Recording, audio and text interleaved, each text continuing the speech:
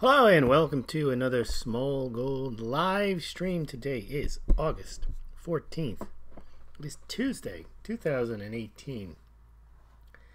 Tonight's topic is the de-dollarization implosion. We're going to be talking about, again, some of the themes we talked about last night. How the de-dollarization crowd got smacked with reality. There's some more news on what's going on with the dollar, what's going on with Turkey, and what's going on with people and their analysis. So looking at the gold and silver prices and the crypto prices, I think it all ties together. Let's take a look what happened today in the gold market. The gold price is still under $1,200. It fell below that price yesterday, and it is closed at $11.93. The gold price had rallied all the way up to $11.98, did not quite get its way to $1,200.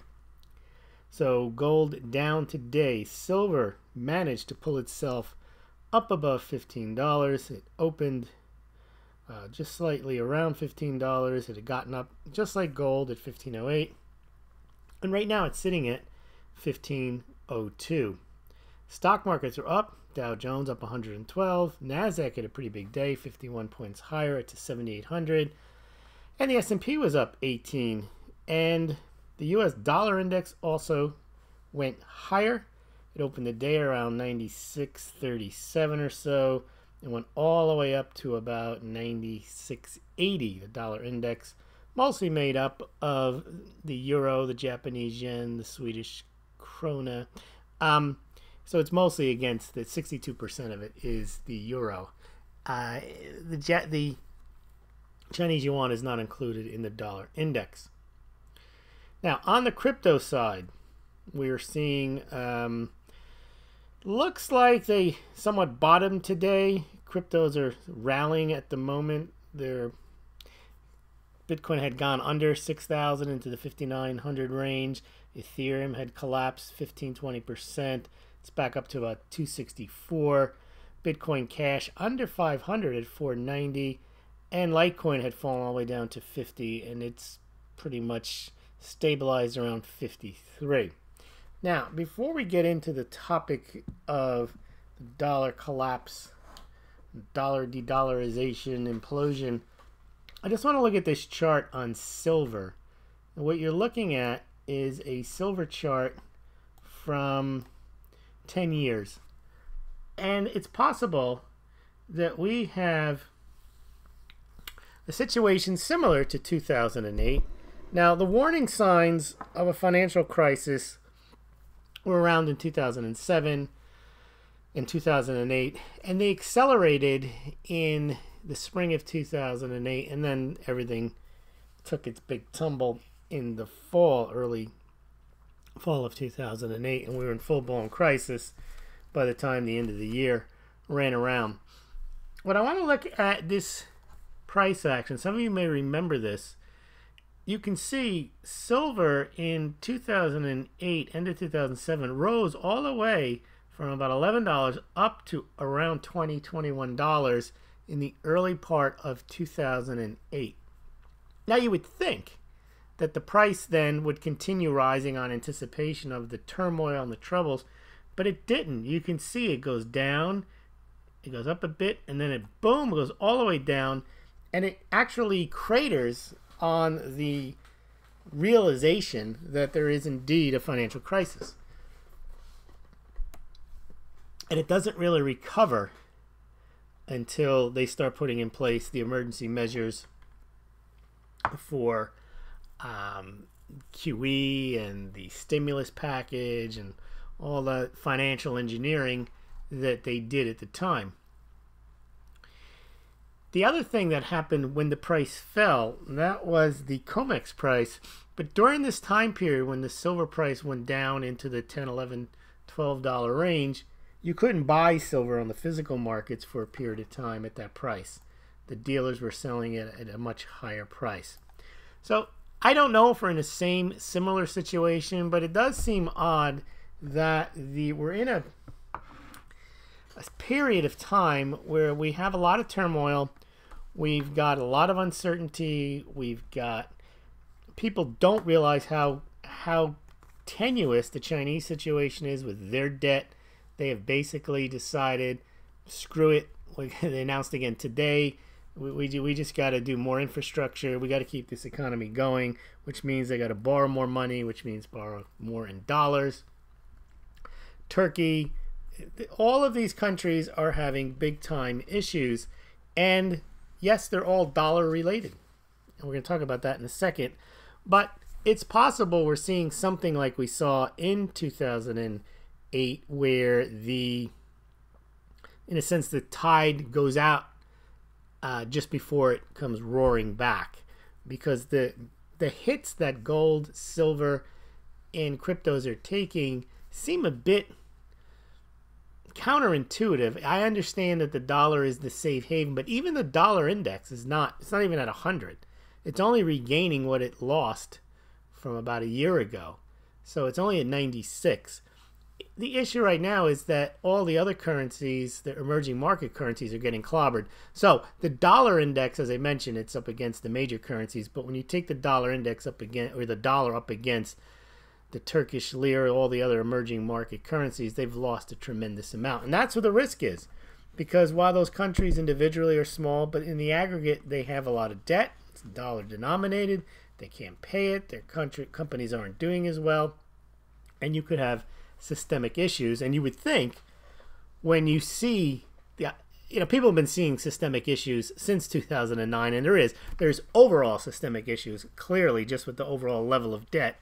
But when you get these red flags where currencies start rapidly depreciating and you have crisis, and you have Trump, who seemingly is willing to push things a lot further than you otherwise would think, in the normal, I'm not saying it's rational, but what I've seen over time is they generally like to coordinate this stuff so nothing gets out of hand, and it seems Trump is not exactly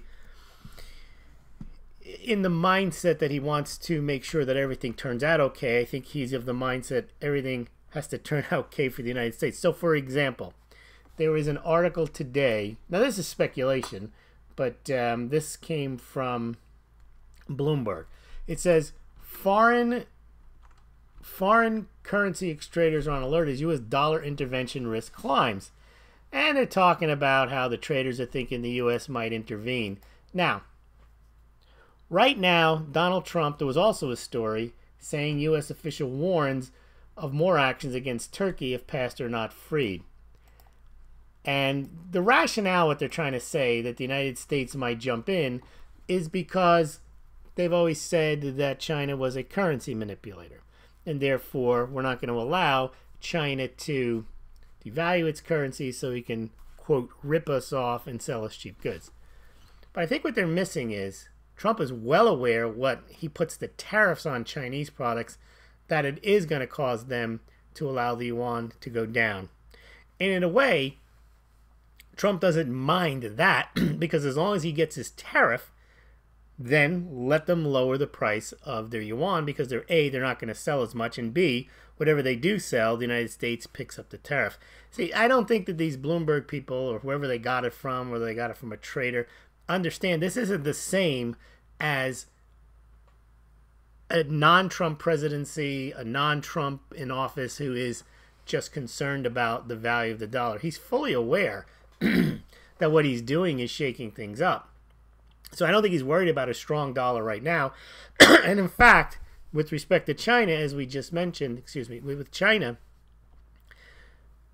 he actually doesn't care as much that the yuan has been devalued because he's causing that. But let's go over to Turkey. Same thing there. He's not looking to say, oh my goodness, the dollar's getting too strong. He likes the fact that Turkey is getting hammered because the dollar is too strong. And if the dollar is too strong, then Turkey gets even more hammered. And the longer the dollar is strong, the more Turkey gets hammered. And why? He's trying to break Turkey. There's no two ways about it. He says U.S. officials warn of more actions against Turkey if passed or not freed. And remember, Erdogan, the head of Turkey, said, what is he, crazy? Is he willing to throw away a NATO a NATO ally over a pastor? And I guess you have to throw the same question back to him.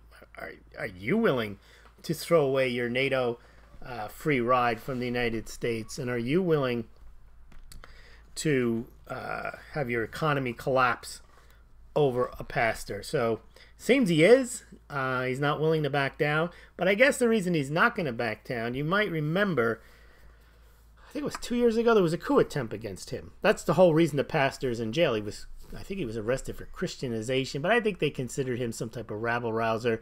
I don't know if he was part of the coup. They say he wasn't, but that's not the point. The point is that Erdogan had to reestablish his power. He then, after he got back, he crushed the coup. He then gave himself more power.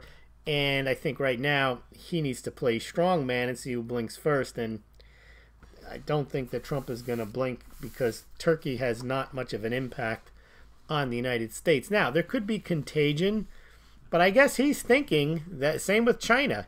When you open this can of worms is you have to be willing to say, I think that when it all breaks down, it's going to hurt them a lot more than it's going to hurt us. I guess that's where he is right now. All right, now I want to get into this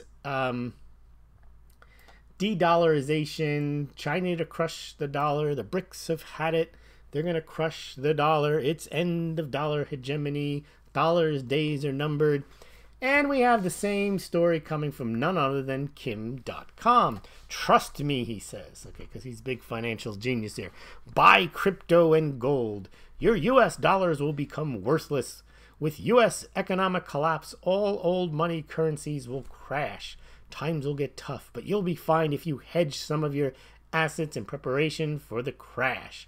The big crash is coming 100%. Thus saith Kim.com. Now, the one statement that's in there that is true, with U.S. economic collapse, all old money currencies will crash. But what he's missing is that the U.S. I hate to go through this again, but as he cites as another rationale is the finance minister of Russia. So basically, he's talking to the guy who's basically on the ropes. He's had his butt kicked for 8 rounds, and he's listening to the guy that's on the ropes explain how he's going to win the fight. And he's saying, we have significantly reduced our investment in U.S. assets. In fact, the dollar, which is considered to be the international currency, becomes a risky tool for payments, says the finance minister of Russia. Yeah, it becomes a risky tool of payments for Russia because there's sanctions and because they may or may not be in the SWIFT system. But it's not that way for the rest of the world. Then Kim.com adds, the U.S. debt burden has become unmanageable. Watch U.S. dollar when China drops U.S. debt. Now here we go again with the Chinese nonsense. China runs on dollars. China has, no one mentions the, I mean, people mention it, but the people that are in this anti-dollar thing, they don't mention that China has massive amounts of debt. And they just announced they're going to even borrow even more. And they're going to borrow for non-economically viable projects.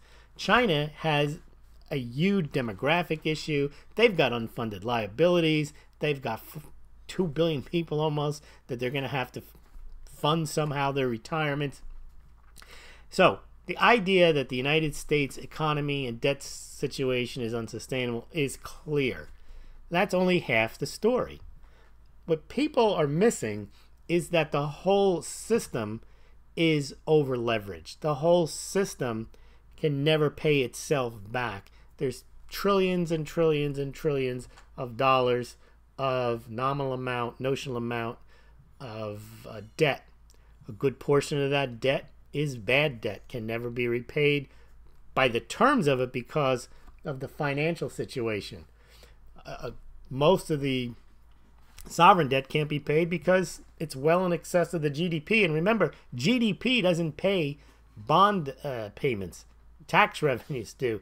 So the whole world is over leveraged. That's a fact. But the dollar collapse people only focus on the U.S. debt, not realizing that it is the linchpin of the whole game. And it is the only one that for a while can actually get away with being over leveraged. We're seeing China's not going to make it. Turkey already hasn't made it. But you get all these BRICS and these countries who are pissed off and they start complaining, like Turkey saying today, the lira will strengthen, the dollar has lost credibility. Again, you're talking to a country that's getting a beating, and they're telling you it's that the guy that's beating them up is weak. And the guy that's broken both of their legs and both of their arms has lost his edge as the champion. Turkey is getting clobbered, and you have this flesh wound keep fighting mentality. It doesn't make any sense.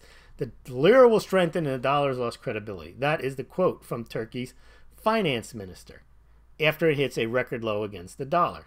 So how is the dollar losing credibility if the lira is at a record low against the dollar? Now, India is smarter. They're not saying any of this. Here's a great quote from India. India's rupee hit a record low today against the dollar. But here's what their finance minister said. We're not worried about a weak rupee if all other currencies depreciate. So basically, if everyone else is screwed, well, we're not going to worry about that too much. That's not a big problem. That's not an issue. All right. Let's go back now, though, to this idea of end of dollar hegemony, dollar collapse. These arguments, in a sense, are half-baked because if you want to argue that the dollar system or the fiat currency system or the debt-based system is going to collapse one day, that's fine. I agree with that. I agree. And what you're seeing is that all of the satellites in the system, like Turkey, Russia, China, they're all part of Russia, not so much, but most of the countries, emerging market countries, including China, are in the dollar satellite, meaning that they run their economies on debt and they run it on US dollar denominated debt. And here's the problem with that. The gold pumpers will tell you that, well, China has gold or Turkey has gold, and I am buying gold because they are smart and they have gold, and Kazakhstan has gold. What they're missing, though, is gold is not a panacea. Not for countries, but yes, for individuals. Let's make the distinction between China's gold, Turkey's gold as a country, Kazakhstan's gold, Russia's gold, Iran's gold, whatever, and an individual's gold. All these emerging market countries, and basically every country in the world, is running on a debt-based system. They have more debt and more debt and more debt, and that's how they count on, in a sense, their growth. And they're issuing dollar-denominated debt. So they are beholden to the dollar. They can't crush the dollar. That's not going to help them. That's not how they're set up. But the weakness is in the entire fiat currency system, no doubt, and at the top of that pyramid is the US dollar. But those countries that have the most debt and dollar exposure, they're the ones that are the most at risk to collapse. And I would say that's China, Turkey, any of the emerging market countries that run on debt and issue dollar-denominated debt. So if you advocate this de-dollarization concept, and you think that these countries, because they're buying gold, that they're somehow going to be immune, no way, Jose. If they don't simultaneously deleverage, that is just idle emerging market, Chinese, Turkish, complaining, whining, whinging, because they're already locked into a debt-based system. They're already locked into the dollar. Having gold doesn't help them. Why doesn't it help them? Well, we've talked about the value of the gold that they own. Russia's gold reserves, 2,000 tons almost. It's worth $80 billion. Russia's probably in the best situation of all the countries because they don't have a lot of debt, and they do have $80 billion in gold and about $450 billion in reserves. It's not a lot, but they might be able to say that they can be outside the system. China can't. Even if China has 30,000 tons of gold, they don't have. It's not worth the amount. They have trillions in debt. They wouldn't even have $1 trillion worth of gold in that situation. Turkey, even though it's the 10th largest gold holding nation in the world, only has $20 billion worth of gold. So unless these countries that claim they're de-dollarizing, they need to deleverage first before they can even think of de-dollarizing. As I mentioned, Russia could get away with it. Russia could start trading with a limited number of partners outside the dollar system, with Iran, with China, and so on. The other countries, China cannot pull itself away, nor can Turkey, from the rest of the world and just hang on and trade the way they like. They're locked into the dollar system. Russia isn't, because Russia's main external revenues come from selling oil. And they also sell some agriculture, and they could get away with it. But these other countries that are talking about de-dollarizing, unless they deleverage, they cannot de-dollarize.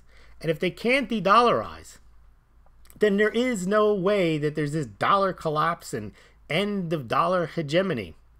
Because you may get this de-dollarization by implosion, meaning the whole system collapses as a result of their failures. But that's not because they've intentionally done it. So Turkey, China, they can't thumb their nose at the U.S. and just dump treasuries and do these things, because they'll be taking themselves out, straight out. They're the victims of their own de-dollarization. They're not going to be the victors. They're not going to win anything by trying to crush the dollar. They'll be out. That's why he's going to be out of business if he's not careful. So there may be a forced de-dollarization, because the more the dollar strengthens, which is anti-de-dollarization, I mean anti-dollar collapse, it's dollar strengthening, the more they're screwed, the more their inflation kicks in, the more their internal economies get hosed, the more their political stability becomes unstable. So all these people talking about de-dollarizing nations are going to stick it to the dollar because the BRICS have had it and all this other nonsense, they're the ones that are most likely, and they are getting hurt by the dollar, no matter what they do or say. And the only way they could possibly not get hosed by this would be to restructure entirely away from the dollar, which is virtually impossible for China to do and still stay on its feet and still maintain power. Same with Turkey. And the only way they can do that, they'd have to move away from their dollar debt-based debt issuances for their revenue-generating projects. That's how they make money. That's how they raise capital. They raise capital, they borrow money in dollars, in dollar terms, and they get paid back. They have to pay it back in dollars. And unless they've properly done swaps or hedges and their currency depreciates, their lira isn't going to buy enough dollars to pay them back. Well, then their companies can't borrow more money, which means their companies can't grow, which means their economy stagnates. Happening in Argentina right now. China can't do it either. What China is doing now is they're just going to issue more and more debt and build more parking lots, because they already have enough bridges and skyscrapers. So the idea that this is like de-dollarization and because they have gold, they're smart. Now, let's contrast that to an individual, because everything that people think about these, about these statements about countries, about they're going to protect themselves and all that, they can't. Countries cannot protect themselves against the dollar. They are in it up to their eyeballs. They don't have enough gold, and they have to run a country. They have to keep people employed. They have to do a lot of things. The economy has to go places. It has to do things. It has to keep people employed. You don't have to do that as an individual. Also, the countries that are adding gold, they're adding it because they can, because they have it in their backyards. Turkey, Russia, Kazakhstan, China all have significant gold mines, so they use their local currency, which is not very good, and they convert it into gold. Makes sense. You can't do that. So, but the real reason you're different is not because you don't have a gold mine in your backyard. The reason individuals are different is because you can protect yourself with gold. Meaning, the amounts that a country needs to have in order to adequately protect themselves against the ravages of inflation, they can't do it because they also have to keep the lights on. They also have to keep the economy going. Just having gold isn't going to help them unless they make other structural reforms.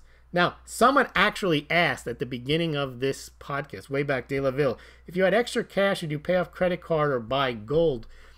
Interestingly enough, if you just run up credit and you have, let's say, $25,000 in credit card debt, and you have $10,000 worth of gold, that gold isn't really going to help you, assuming you're still on the hook for the 25 large at the credit card company.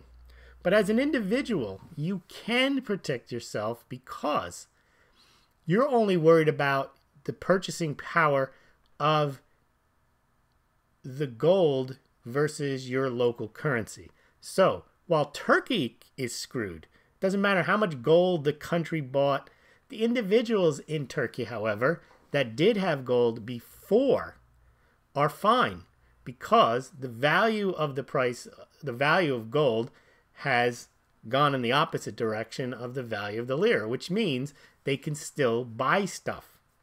So Turkey itself as a country is hosed, but individuals that have gold in Turkey are fine. They can go to the bank, they can bring a portion of the gold, and this is exactly what Turkey wants them to do, although they want them to sell all of it. They can sell the amounts that they need to get the lira that they need to go and buy goods and services in Turkey. And an individual can do that. But when people associate countries with themselves and be like China, China is smart, they like gold. No, China has an entirely different set. Countries have an entirely different set of criteria. They're not like you. They're not your gold buddy. They are doing things as countries, and there is no country on earth right now that has enough gold that somehow that's going to make a difference in how they operate. Because gold doesn't do anything. You can only use it to get through emergencies as value. But as an individual, it's wonderful. If you have it and you go through a currency crisis, you are somewhat immune from that currency crisis. Assume you can get to places where you can exchange your gold for value. Now, the question is, for people who live in the United States, and this is why the gold sellers always talk about dollar collapse, of all the currencies in the world, is the dollar the one that's most likely to collapse? And think it through. Why would it be? If China is running on dollars and China is just racking up debt, and they admit that the only way they can increase their economic engine and keep people employed is they have to borrow more money, they've already passed the point of no return. U.S. may have too, but again, it has that ability because the debt markets in the world are deepest in U.S. treasuries. Everyone talks about Russia. Russia's irrelevant. Russia never had a lot of dollars, never had a lot of U.S. treasuries. Even China. China has like 1 trillion, 1.2 trillion. Even if they were to dump it all tomorrow, eventually it would be absorbed, and then China would be what? Then what would they replace it with? Don't tell me gold. They're going to go out and buy $1 trillion worth of gold. They're not going to do that. So China wouldn't do it for a number of reasons, and even if they did, it wouldn't crush the dollar. So when people talk about what countries do, I think it's a lot different, and they're trying to make the argument because a country does it that they're protected and they're going to be all set, and that somehow a country that has a crappy economy, a crappy currency, just because they have gold, they're going to be better off. That's not true. However, with individuals, it could be true. You could own every crappy stock on the planet, and you can have 80% of your money in, I'm not going to name names, but stocks that are very high right now and may lose 50 to 70%. But if you had 20% of your wealth in gold and there was some type of collapse or currency crisis, you'd probably have insured that against those crappy, non-productive, non-profitable companies with high valuations, multi-billion-dollar valuations, maybe no earnings, maybe very high PEs, but gold can help. So that's my point is that when people talk about countries, they talk about them as if they are entities just like them. Furthest thing from it. All right, let's take a look at some of the questions and comments. Last night was some very good questions and comments. Let's see what we got today. Shark Air says tomorrow is Maxine's Waters' birthday. Now, I don't know why that would matter. Certainly, all right. Joni Tiedemann. The only Waters I care about is Roger. Roger's Water, Pink Floyd. Roger Whittaker. Who's that? I don't remember who Roger Whittaker is, says Dr. Modesto Esquire. Hello. In my case, it's Roger Rabbit. Okay. Dr. Modesto. The Kitco Green line of silver is straight as a Nullarbor railway after the recent collapse. Yeah, silver's been flat. And as a result of that lack of volatility, I think that's why we've seen the falling off of silver sales. People don't buy silver unless it's moving in one direction or the other. So when silver starts to collapse, people jump on it to get the bargain. And when silver starts to take off, people are on the fear of missing out. Johnny Tillerman says collapses are going to be all the rage. Yes. Dr. Modesto Esquire asks, will the balloon of debt pop or will it be let out slowly, making a long farting sound? Time will tell. Well, one thing that we do know is that normally central bank coordination, that's what they aim to do. They aim to control everything. They aim to manipulate things. That's why the values of gold and silver never skyrocket. They don't have control of them. That's why they wanted to put futures in place for Bitcoin to tame it, to corral it. That's why you don't see currencies, unless they allow it, and I think that's what's happening with Turkey. The dollar index won't go to 150, 200. Something will happen. The U.S. will sell dollars. They'll instruct Japan to sell. Something. They always work together to make sure things don't get out of line. Now, as I mentioned with Trump, I think he's forcing the issue, forcing the Turkish lira to go down 20%, 25% to make them cry uncle. Normally, and I don't know if he has Europe's ECB's agreement on this, but he doesn't care, it seems. He wants to crush Turkey. Not perhaps realizing that Turkey, if it does get crushed, might bring down parts of Europe with it. But normally, if you didn't have someone like Trump, they wouldn't allow the Turkish lira to go this far down, knowing that they have a financial interest and a financial stake in Turkey. But it seems that they're allowing that to happen. Keep a lighter handy. All right. Now you're talking Hindenburg. Let's get back where we are here. Yeah, I think I'm not a guy who's running around yelling collapse, collapse all the time, as you know. I think a lot of it's people just want to be the person who calls it. So for the last 10 years, everybody's been saying collapse. And a lot of it is based on the dollar and end of the petrodollar. And a lot of people are still citing narratives from 2007 that really are no longer relevant. Like the end of the petrodollar is an irrelevant narrative.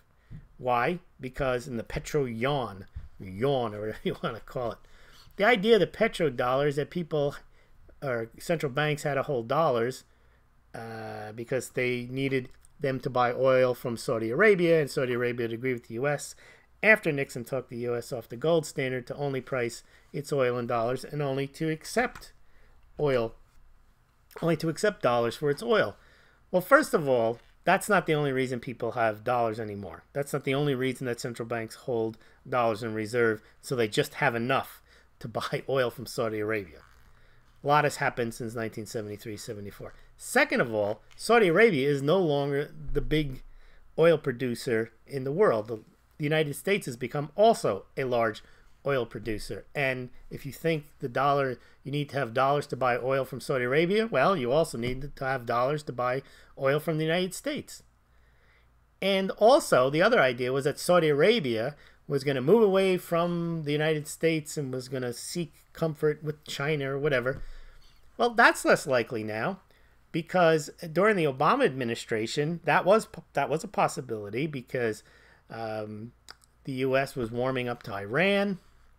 The U.S. passed the 9/11 bill. But ever since Trump has been in office, Saudi Arabia has doubled its U.S. Treasury positions, is probably beaming inwardly about the United States rubbing sanctions onto Iran. So now the petrodollar is backed by Saudi oil, at least for the time being, and U.S. oil. So those people run around, death of the petrodollar. It's not really a relevant argument anymore. The time for predicting that has long since passed. But people get in their heads, end of dollar hegemony, dollar collapse, game over, game changer, whatever it is, And they were blindsided by this recent dollar rally. Now they're saying, well, that's because it's going to go up and then it's going to go down. There's always some excuse, but I think it's not based on analysis. It's just based on either wishful thinking or half analysis, and which is what Kim.com did, basically saying that the dollar is going to collapse and you need gold and silver and cryptocurrencies. I think you need gold, silver, and cryptocurrencies for sure against a fiat currency collapse. And maybe one day the whole thing implodes, and it may implode because all of these countries implode and they bring down the whole system. But that won't be the same thing as the BRICS have had it and they actually did something about it. It'll be because they all implode. If China implodes, which is very possible, that could bring down the end of the dollar system. But not because China will have done anything purposely to win. It would just because they are a bystander to their own profligacy and they cause some type of crisis. All right. Let's see what else we got. A lot of talk here about gas. Someone said fart, and next thing you know, we got hydrogen sulfide. And Edmund Law, money is a unit of destruction, military power. That's an interesting point. Currency is fiat. That is correct. All countries with fiat money are are vassals of the United States. That's every country in the world. Bingo star. That's the point. That all these countries that are complaining, they are either willing participants in the system or they're unwilling participants in the system. And use the term vassal, they don't really have any other choice. They can complain about it, but the only way they can get off of being a vassal or stop being a vassal is they have to rein in their debt. They have to run their economy that's not based on borrowing in dollars. China can't do it. That's what they do. So what people get confused about is I think they say, well, they're buying gold, so they are smart, they are sound money. No, they're not. They just happen to have gold because it makes sense to be able to buy it from their own domestic mining supply. It doesn't make them independent. It could make you, see, I think it's because you think of it, it could make you independent for sure. Or at least immune, but it cannot make these countries.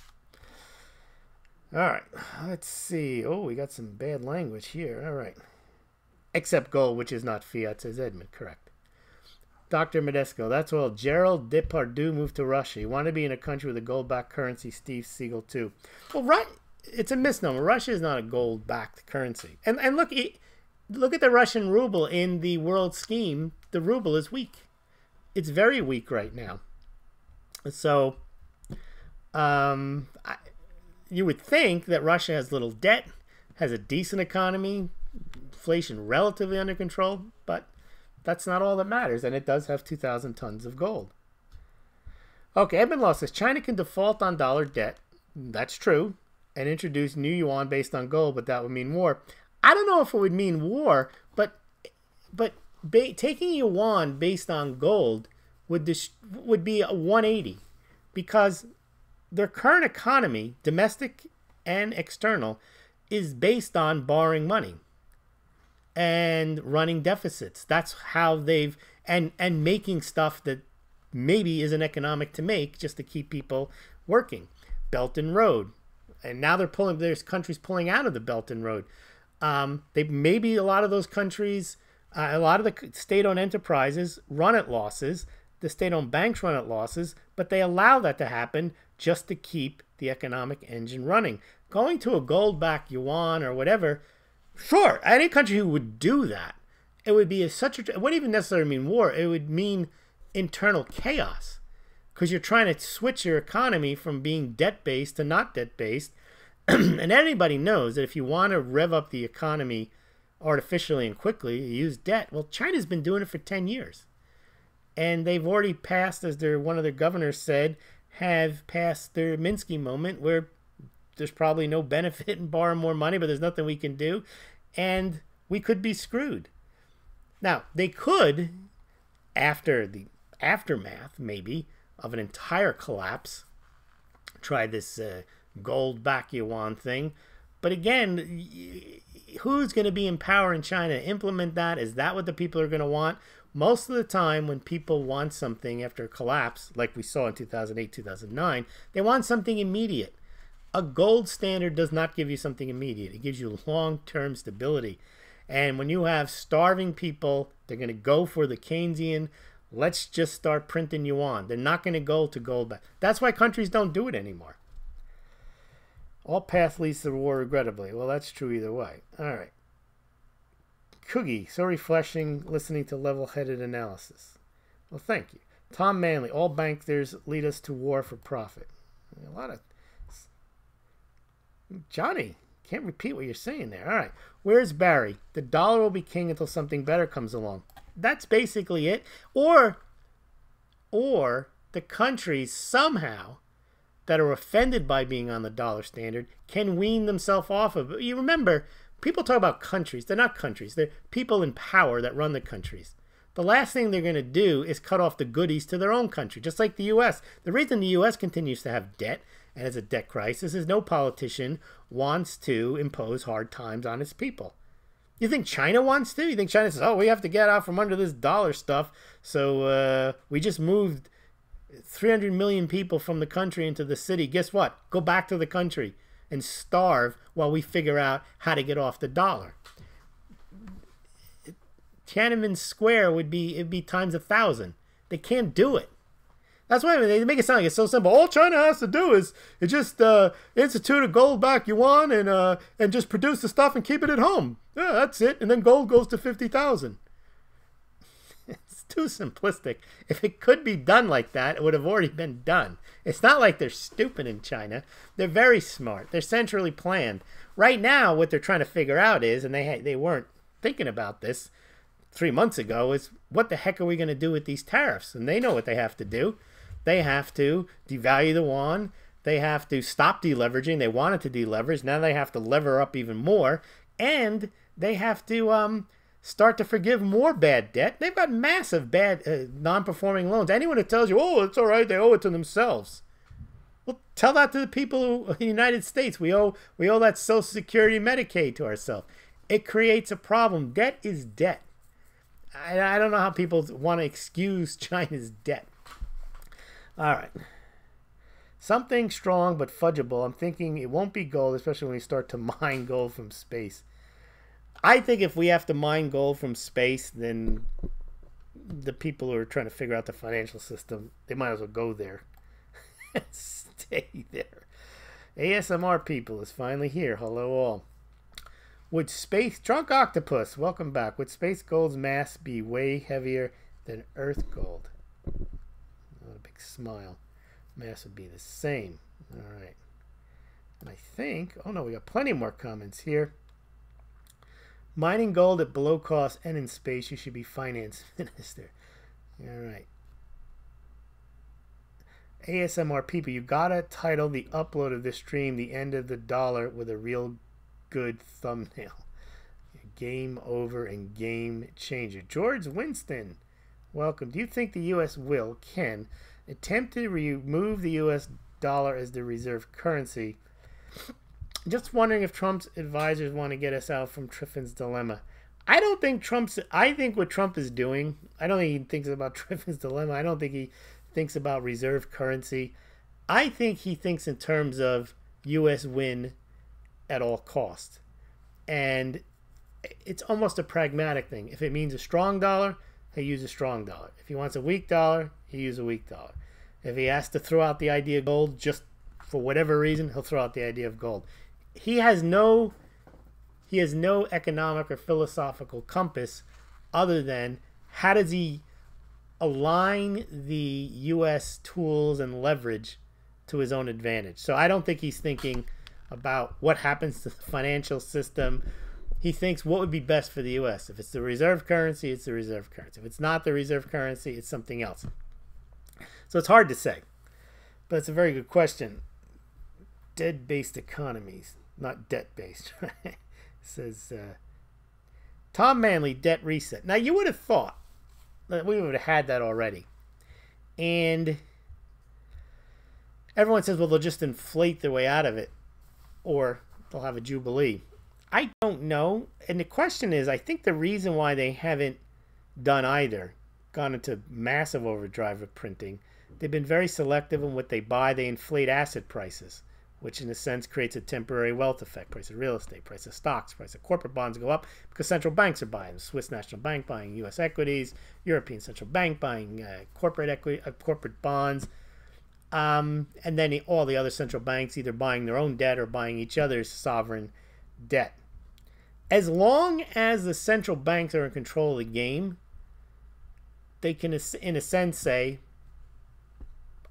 it's okay, you know, we have this much, we have $63 trillion in U.S. treasuries on our balance sheet, and we have, you know, they're never going to get paid, but they can pretend that it's worth something, that it's on their balance sheet, and other countries can have euro on their balance sheet, and they think that they can be valuable. I think as long as they're in charge of, the central banks are actually in charge of determining value, which is very, very odd. The fact that the Swiss National Bank buys Tesla shows you that they've thrown out normal ways that people might value stuff. The fact that they can manipulate interest rates, they can tell you what the price of money is, the price of interest. So that's why this thing has gone on as long as it has, and that's why I don't see a debt reset. The only thing I think you'll see is you might have like someone like Trump tell China if he gets pissed off, well, good luck with your bonds. We're not paying on them. You might see something like that. I don't know. It's just that this has gone on for so long, and of course nothing lasts forever. But everybody's telling you it's going to end tomorrow. In some respects, I think the longer it goes on, the longer it can go on, just because everyone gets used to it being that way. It's a very odd dynamic. I don't think there's ever been a time in history where they've managed to suspend the law of economics for so long. And then, of course, you say, well, that's not possible. But then again, maybe it's not economics. Maybe it's just it's just the way they control stuff. They keep saying, well, the markets will eventually take over. Not if they run the markets. Then they're not free markets. There's no way the free market can assert itself. If they become bigger than the market, it's almost like you're running the casino and you say, well, eventually the players are going to win. Why would they? The odds are against them. The casino determines the odds, or actually math determines the odds, but they own the casino and you can't win. Can gold go to 10,000 with a dramatic increase in demand for it? Could it go up like Bitcoin? Says Guillaume Charles. I don't think so, because the way they price gold today, there's all kinds of limits on how much it can go up in a day. Then they have margin.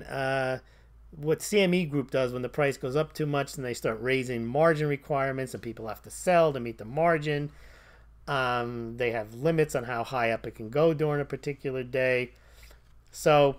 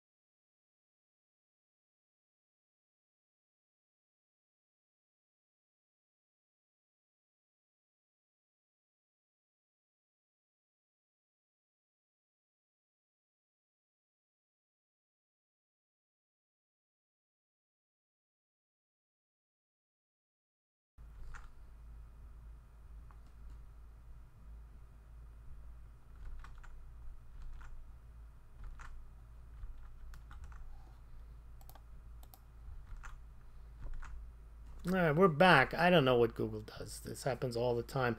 I don't know where we went off, but I see. I think I can pretend to know. All right. Tom Manley asked if there would be a debt reset, and I suggested no. I don't know. Guillaume Charles, if you're still here, did I answer your question?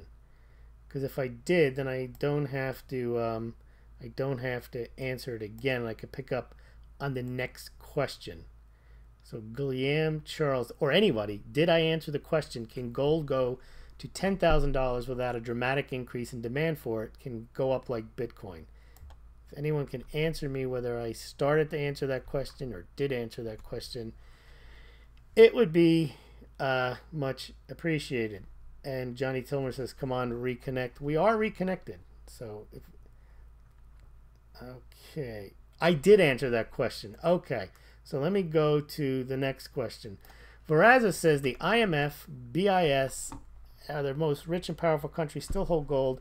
When the euro was introduced, they made mention of the gold reserves of the member states. Yes, and they also agreed at the time that they would continue to have gold as part of the value or part of the financial system. And I mentioned that the IMF has about 2,700 tons of gold, and they got that all from collecting it from the member states when they joined. The BS is about 525 tons of gold, I believe.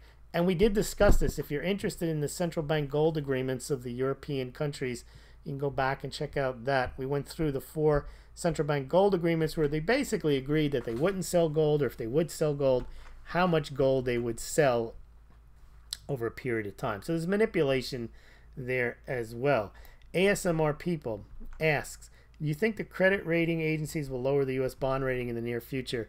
Well, get this, that Canada, and there's only a few countries that have a AAA rating, and one of them is Canada.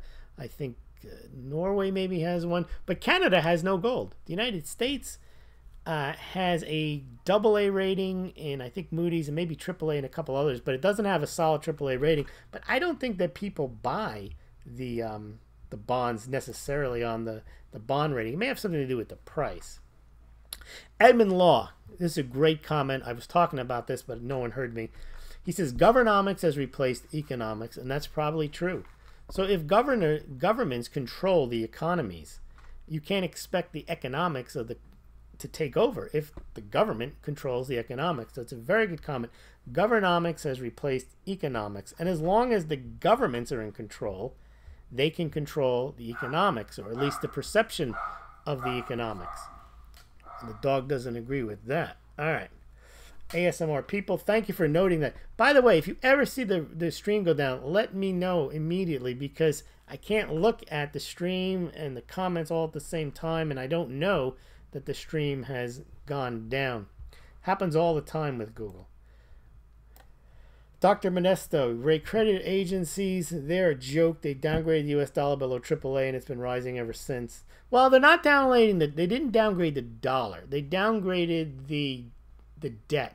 And the rating agencies look at the debt and the ability to pay back that debt. And that's why in reality, it should be a D, because they'll never be able to pay back all the debt.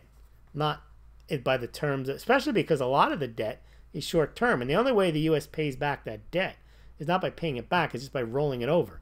If people stop rolling it over and stop buying the debt, then the whole thing is over. Government is the invisible hand of the market, says Edmund Law. That is definitely true. Come on, Rosano, reconnect. I'm back. Yes, the steam has run dry. Get it? Run dry. Oh, we're full of humor here. Good humor. Government is still the visible hand. Yeah, that's right. You see them everywhere. But Dr. Modesto says government is the visible hand of the market. You see them everywhere. But who knows how much liquidity, what swap agreements, what arrangements with ownership to different structures are involved. Who knows about that? All right. And I think then that's pretty much it. I want to thank you for joining me tonight. Make sure you join me each and every night at this time, or not at this time, but at 8 o'clock Eastern Standard Time on Google. And also, if you enjoyed this, please consider becoming a Smaulgld patron, where you donate a small amount each month, and that does help things out. Also, don't forget to get your mugs and visit the Smaulgld store. Those mugs are going fast. I delivered another round this morning. I think you should get those at the end of the week. I send them out. The ones that I send out, the classic and the super classic mugs, I send those out myself, and I send them out insured, oftentimes at priority shipping. And so you get them very quickly. They're insured, and you get a note from me. And if you order one tonight, I will throw in a Smaulgld eraser, whether you buy the Smaulgld classic or super classic mug. Now, this offer only applies to the classic and the super classic mugs. They're the ceramic mugs. They're very rare. They are real money, real assets. You can barter with them. And I will, because I'm sending them out myself, if you order tonight, I will put in a Smaulgld Game Changer eraser. If you order anything else from the store tonight, I cannot add an eraser, but if you send me a note and show me your receipt, I will put a Game Changer eraser in the mail. So tonight, any orders will be shipped with a Game Changer Smaulgld eraser. And if you order from the store, where I don't actually package up the items myself, just email me at smaulgld@gmail.com your receipt and your address, obviously, and I will put a Smaulgld Game Changer eraser in the post. Thanks very much for joining me.